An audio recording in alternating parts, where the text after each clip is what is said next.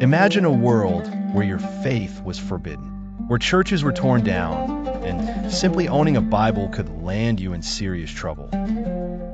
This was the reality for millions in Soviet Russia. But in the darkest corners of this atheist state, an unexpected army rose up.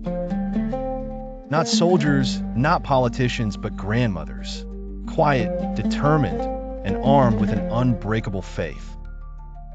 How did these ordinary women become the unlikely heroes who kept Christianity alive? Stay with us to uncover their incredible story.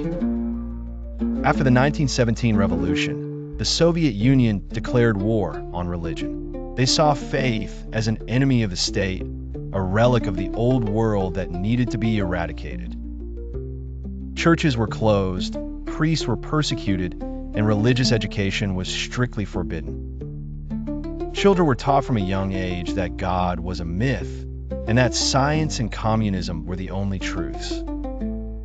It was a systematic, brutal attempt to erase centuries of spiritual heritage. In this new society, both parents worked long hours in factories or collective farms. Care of children fell to the grandmothers or babushkas. The state saw this as convenient, freeing up the younger generation for labor. But they overlooked one crucial detail. These grandmothers carried within them the living flame of faith. While the state waged its war on religion, the grandmothers waged a quiet, persistent resistance. They couldn't preach in public, but they could teach in whispers. They couldn't hold services in churches, but they could create sacred spaces within their homes. These babushkas became the secret seminaries, the living libraries of faith.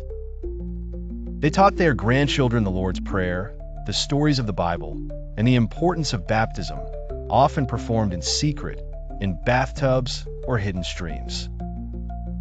Their methods were simple, yet profound. They hid Bibles, often torn into smaller sections to be easily concealed. They passed down hymns and prayers through oral tradition, ensuring the words of faith would not be forgotten. They maintained religious holidays and rituals, even if it meant celebrating in hushed tones behind closed doors. It was a testament to their unwavering belief, a quiet defiance that echoed through generations. Their story reminds us of biblical figures who faced similar pressures, like Daniel, who continued to pray despite royal decrees, or early Christians who met in secret, facing persecution yet spreading their faith. These babushkas embodied that commitment, proving that true faith cannot be extinguished.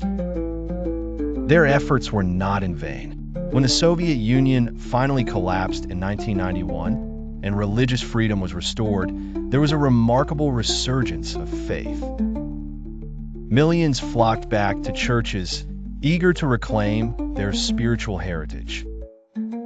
This was not a sudden awakening, but the blossoming of seeds sown decades earlier by those faithful babushkas.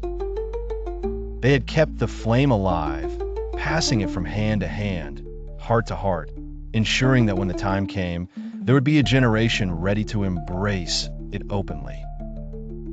Their story offers profound lessons for us today.